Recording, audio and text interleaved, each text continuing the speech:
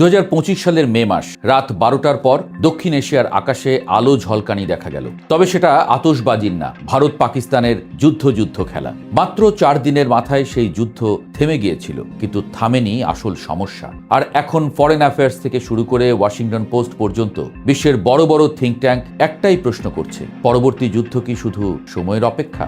শুরুটা হয়েছিল কিভাবে? শুরুর গল্পটা 2025 সালের 22শে এপ্রিল। কাশ্মীরের পর্যটন স্থল পাহেলগামে 5 জন সন্ত্রাসী হামলা করে। 26 জন বেসামরিক নাগরিক নিহত হয়। নিহতদের বেশিরভাগই হিন্দু পর্যটক। ভারত সরাসরি দায়ী করে পাকিস্তানকে। ভারতের অভিযোগকে পাকিস্তান অস্বীকার করলেও পাকিস্তানের বিবৃতি শোনার জন্য মোদী সরকার অপেক্ষা করেনি। 7ই মে রাতে শুরু হয় অভিযান অপারেশন সিন্দুর। ভারতের মিসাইল, ড্রোন, প্রিসিশন স্ট্রাইক আঘাত করে পাকিস্তানের বাহওয়ালপুর, মুরিদকে, নরওয়াল এবং শিয়ালকোটে, পাশাপাশি আজাদ কাশ্মীরের মুজফ্ফরাবাদ আর কোটলিতে। 1971 সালের পর এটাই ছিল ভারতের সবচেয়ে গভীর এবং বিস্তৃত আক্রমণ। পাকিস্তানও পাল্টা জবাব দিল। এলওসি বরাবর গোলাবর্ষণ, ড্রোন হামলা এবং ভারতের পাঞ্জাবে ফাতা 2 ব্যালিস্টিক মিসাইল ছোঁড়া। ভারতের একটা এয়ারবেজের কাছে সেটা ইন্টারসেপ্ট করা হয়। 4 দিন পর 2025 সালের 10ই মে 2 দেশের সামরিক প্রধানদের হটলাইনে কথা হয় এবং যুদ্ধবিরতি ঘোষণা হয়।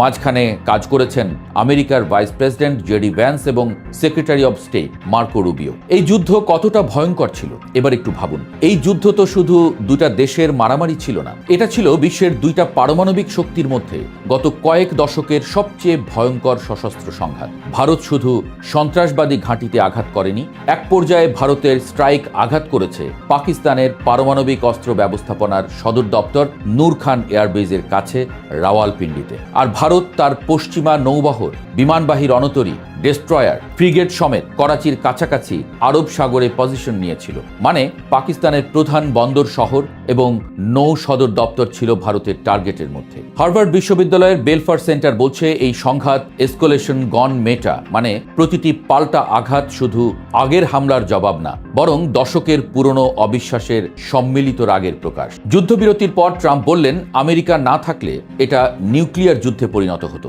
ভারত অবশ্য সেটা মানতে চায়নি, কিন্তু বাস্তবতা হলো আমেরিকার হস্তক্ষেপ না থাকলে কি হতো সেটা কেউ নিশ্চিত করে বলতে পারে না। যুদ্ধবিরতির পর শান্তি কি এসেছে? এখানেই লুকিয়ে আছে আসল ভয়। ওয়াশিংটন পোস্ট লিখেছে 2 দেশ এখন টেকনিক্যালি শান্তিতে, মানে ব্যাপারটা এমন যেন 2 জন মানুষ যারা একটি ঘরে কিছুক্ষণ আগেও একে অপরের দিকে আসবাবপত্র ছুঁড়ে মারছিল, তারা এখনো একসাথে এক ঘরে থাকছে, কিন্তু কেউ কারো দিকে তাকাচ্ছে না। যুদ্ধবিরতির পর মোদী ঘোষণা দিয়েছেন নিউ নর্মাল।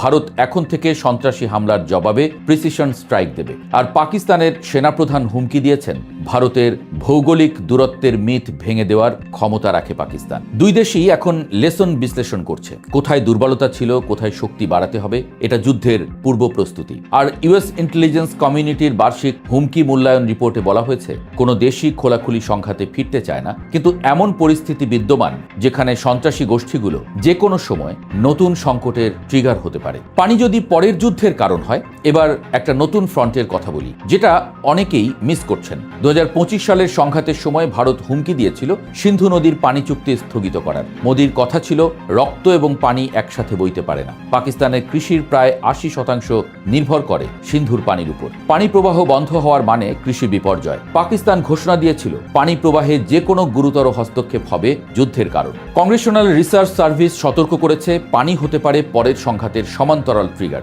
জলবায়ু পরিবর্তনে নদীর পানি কমছে, 2 দেশেই কৃষি সংকট বাড়ছে। এই সমীকরণ যে কোনো দিন বিস্ফোরক হতে পারে। পরের যুদ্ধ কি আরো ভয়ঙ্কর হবে? ফরেন অ্যাফেয়ার্সে প্রকাশিত বিশ্লেষণে বলা হচ্ছে 2 দেশই 2025-এর যুদ্ধ থেকে একটা বিপজ্জনক উপসংহারে পৌঁছেছে, আর তা হলো পারমাণবিক অস্ত্র ছাড়াই সীমিত প্রচলিত যুদ্ধ সম্ভব। কিন্তু বিশ্লেষকরা বলছেন এটাই সবচেয়ে বিপজ্জনক ভ্রান্তি। কারণটা সহজ, যখন 2 দেশই মনে করে সীমিত যুদ্ধ নিয়ন্ত্রণ করা যাবে, তখন তারা আরও সাহসী পদক্ষেপ নেয়। ডিপার স্ট্রাইক, নতুন ডোমেইন হামলা, এবং এর যে কোনো একটির হিসাব ভুল হলে পুরো পরিস্থিতি নিউক্লিয়ার দিকে গড়াতে পারে। পাকিস্তানের কাছে ট্যাকটিক্যাল নিউক্লিয়ার ওয়েপন আছে, যেমন নাসর মিসাইল, যা ছোট রেঞ্জের কিন্তু পারমাণবিক। যদি ভারতের স্থলবাহিনী সীমান্ত অতিক্রম করে, পাকিস্তান এটা ব্যবহারের কথা ভাবতে পারে। চ্যাথাম হাউস বলছে 2025 সালের সংঘাত দেখিয়ে দিয়েছে পারমাণবিক নিরোধ ব্যবস্থা নিখুঁত না, ভুল হিসাব, ভুল তথ্য বা একটা ড্রোনের ভুল জায়গায় আঘাত করা একটা বড় বিপর্যয়ের জন্য যথেষ্ট। বাংলাদেশ সহ পুরো দক্ষিণ এশিয়ার জন্য সতর্কতা। এই যুদ্ধ শুধু ভারত পাকিস্তানের মধ্যে সীমাবদ্ধ থাকার কথা না। Centre for strategic contemporary research সতর্ক করেছে, সীমিত পারমাণবিক বিনিময় হলেও নিউক্লিয়ার কুলিং হবে, বায়ুমণ্ডলে কালি ছড়াবে, তাপমাত্রা কমবে এবং কৃষি ব্যাহত হবে, কোটি মানুষের খাদ্য সংকট তৈরি হবে। বাংলাদেশ পাকিস্তানের পক্ষেও না, ভারতের পক্ষেও না, কিন্তু এই সংঘাতের ধোঁয়া শরণার্থী, বাণিজ্য বিঘ্ন এবং পরিবেশ বিপর্যয় আমাদের মাটিতে উপর। তাহলে পরবর্তী যুদ্ধ কি অনিবার্য? বিশেষজ্ঞরা এখন না হলে কখন প্রশ্ন তুলেছেন। উত্তরটা শুধু সময়ের অপেক্ষা।